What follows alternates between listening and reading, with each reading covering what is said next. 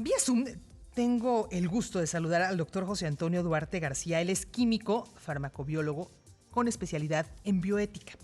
Él nos va a venir a platicar de algo muy interesante y que nos va pues a enseñar demasiado, porque todo el mundo creemos que solamente existe una prueba para detectar el COVID-19, la PCR. Pero resulta que son 3, o por lo menos 3, vaya, las que se tienen ahorita ya detectadas para detectar este coronavirus, el SARS-CoV-2 que da el COVID-19. Pero qué mejor, doctor, platíquenos un poco acerca de esto. Muy buenas tardes. Hola Wendy, muy buenas tardes, un gusto saludarte, estar aquí contigo y con tu audiencia. Gracias. Pues sí me llamó la atención, doctor, porque bueno, yo nada más conozco la PCR, que fue la que en su momento a mí me practicaron, y después las de anticuerpos y demás, pero ya esto es otro tema. Pero para detectar el COVID como tal, 3 pruebas. Sí, Wendy, fíjate que hoy en día a nivel mundial existen 3 pruebas, como bien lo mencionas. Podremos agruparlas. Dos de ellas están dentro del grupo de las pruebas para diagnóstico de COVID-19, justo para detectar el SARS-CoV-2, como bien lo mencionas. Y dentro de ese grupo de pruebas de detección o de diagnóstico está la PCR, que es la que tú tuviste ya la muestra, que es una muestra que debe de llegar el hisopo hasta el área nasofaríngea. Es una muestra dolorosa, invasiva. Y hay otro tipo de prueba que es una prueba nueva que acaba de avalar la FDA hace un mes aproximadamente en Estados Unidos. Corrió ya todos los protocolos de validación. Y esta prueba lo que hace es detectar el antígeno del SARS-CoV-2. ¿Qué es o son los antígenos de SARS-CoV-2? Imaginemos al virus como si fuera una nave espacial, ¿sí? La nave, la parte externa del virus, está compuesta por una capa de proteínas y lípidos. Y esas proteínas son los antígenos, es justamente los ganchitos que se conectan con otras células para infectar a las células del cuerpo humano. Esos antígenos son detectados por esta nueva prueba. A diferencia de PCR, que PCR, como tú sabes, detecta el RNA, que es el material genético que hay dentro del virus, que sería, si fuera la nave, el pasajero. Y hay un tercer grupo de pruebas que estas no son para diagnóstico, pero sí son para monitoreo durante el proceso de infección en el paciente que tiene COVID-19, que son las pruebas de anticuerpos. Quiero aclarar aquí algo bien interesante, que hay pruebas rápidas de anticuerpos, que son pruebas que te puncionan el dedo y con sangre capilar en un pequeño casetito tienes un positivo o negativo. Ese tipo de pruebas a veces suelen ser un poco imprecisas. También existen pruebas serológicas, que son estas, pero que se toman en un tubito, con una aguja, como lo hacen en cualquier laboratorio. El laboratorio tiene implementado una plataforma, hace estas pruebas, y esas pruebas, que también son serológicas y son anticuerpos, mucho más confiables. Entonces digamos que hay estas 3, ¿no? Las de PCR para diagnóstico, las de antígeno ahora recién salidas para diagnóstico también, y las pruebas anticuerpos para seguimiento y monitoreo del paciente COVID-19. Estas de antígeno que me está mencionando que recién acaban de salir, ¿también es a través de sangre o es con la aplicación de No, hisopos? Wendy, fíjate que es una prueba que evidentemente ha evolucionado también el tipo de muestreo. Las de PCR tienen ya varios años con este tipo de metodología que es nasofaringea. Esta prueba de antígeno es nasal. Solamente entra el hisopo, es un hisopo más cortito. Tú sabes que el que te probaron a ti, el que te hicieron a ti, es largo. Este es cortito y solamente 2, 3 centímetros dentro de la nariz se gira, después se toma del otro lado de la fosa nasal, y ese hisopito se mete a un pequeño tubo.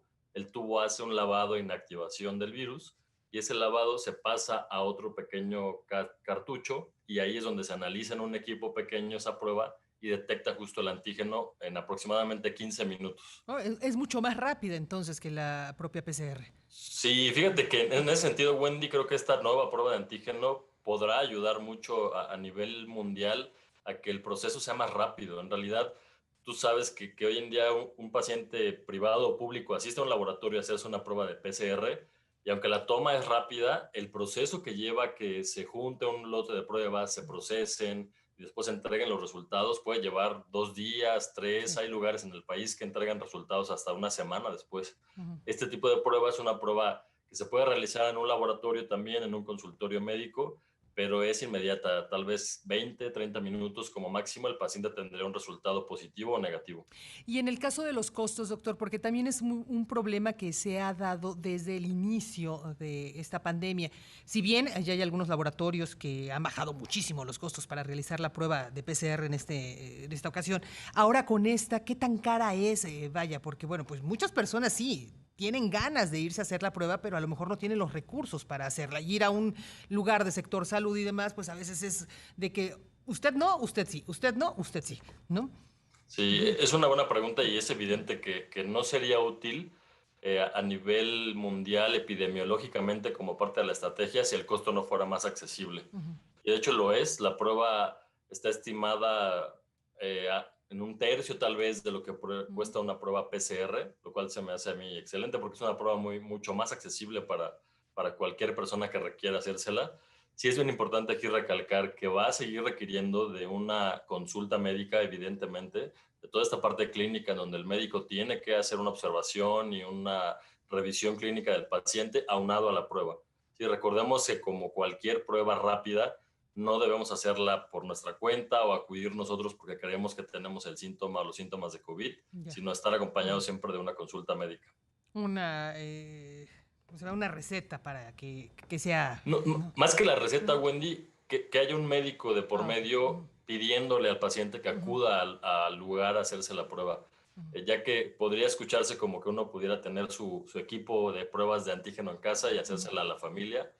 No, porque sí requiere justamente una toma de muestra específica por personal del área de la salud, un entrenamiento para ese tipo de toma y también los medios y el cuidado adecuado de bioseguridad para evitar un contacto en el momento de la toma de muestra. Claro, y ahorita que habla precisamente de eso, ¿qué tan segura o qué tan fidedignos son los resultados de esta prueba? Porque se han dado caso en la PCR en donde hay falsos negativos o no sé si sea el caso de falsos positivos, vaya, ahí desconozco, pero ¿qué tan fidedignos son los resultados que nos pueden arrojar estas nuevas pruebas? Sí, Wendy, como lo mencionas, incluso en PCR, que es Ujú, la prueba estándar de oro para el diagnóstico de COVID-19, pueden existir positivos y negativos falsos. ujú. Y esto se debe justo a cómo toman la muestra, a que se haga una recolección inadecuada, que a lo mejor en el momento de tomarla incluso pueda tener sangre, etcétera, ¿no? Eso genera estos falsos positivos y negativos.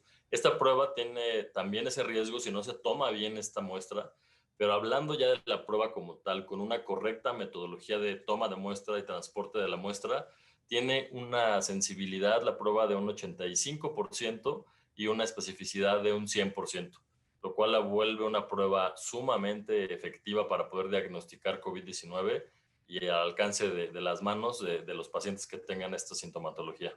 ¿Es una prueba que ya está en México, doctor, o todavía está por otros lados? Todavía no llega aquí. Aún no. Hoy se está utilizando en Estados Unidos. Es Ujú. una de las estrategias que se ha tomado por parte del Ministerio de Salud en Estados Unidos. Se liberó por FDA, como te decía, hace un mes. Hoy estamos en espera de que pueda estar aquí pronto. Tendrá que correr, obviamente, todo el proceso de regulación de COFEPRIS. Está en ese proceso ya esta prueba y esperemos que pronto pueda estar lista para poderse utilizar como estrategia epidemiológica en nuestro país. Ahora, doctor, a mí me gustaría abundar un poco más acerca de la de anticuerpos, porque también ese es otro de los temas. Sabemos de muchos casos de personas asintomáticas que en su momento salieron y la libraron, pero ni se enteraron que tuvieron COVID.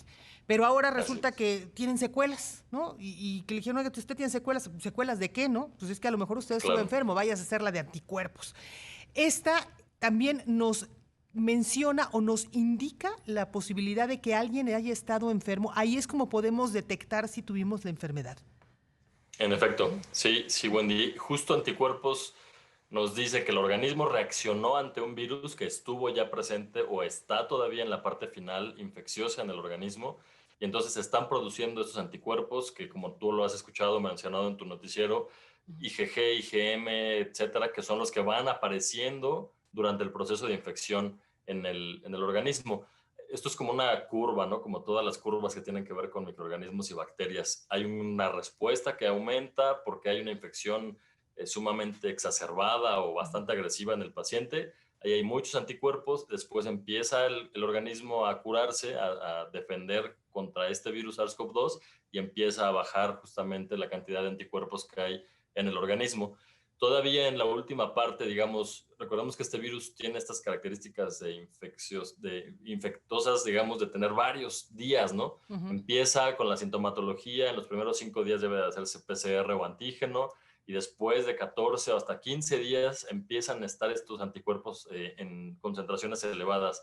Ahí es cuando se puede hacer. Hay una ventana todavía de 20 días, 25 días en algunos pacientes.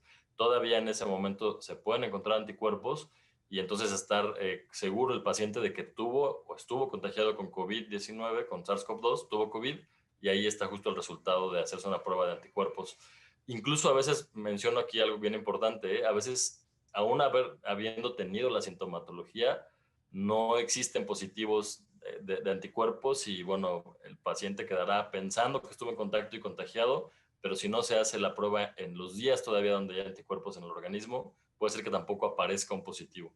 Entonces, ¿ustedes recomendarían como médicos el practicarse esta prueba, vaya, después de a lo Sí, mejor de un sí, cierto periodo de haber estado en así contacto con es. alguien enfermo del Lo COVID? recomendado es justo para diagnóstico, los síntomas en los primeros 5 días, COVID, para de COVID-19, antígeno o PCR. Después de los 15 días de estas sintomatologías, podemos hacer una prueba de anticuerpos y es recomendado incluso hacerla en varios días posteriores para poder ver cómo estos están respondiendo o siguen apareciendo en el paciente. Y para saber que un paciente ya no tiene COVID, también definitivamente es PCR o antígeno, porque ya no hay este virus en el organismo, entonces ya no hay riesgo de que contagie a alguien más. Perfecto. Pues doctor, yo le agradezco mucho que haya platicado con nosotros. Es súper interesante, cada vez vamos aprendiendo más acerca de esta enfermedad que tantos estragos está causando a nivel mundial. Y pues aquí, si me lo permite, más adelante pues le seguiremos dando lata para ver cómo va avanzando todo esto. Con mucho gusto y de verdad que siempre es un gusto platicar contigo, Wendy, y con toda tu audiencia. Muchísimas gracias, doctor. Hasta luego, buen sábado. Buena tarde, el doctor José Antonio Duarte García, químico, farmacobiólico con especialidad en bioética. Hacemos una pausa, no se vaya, continuamos.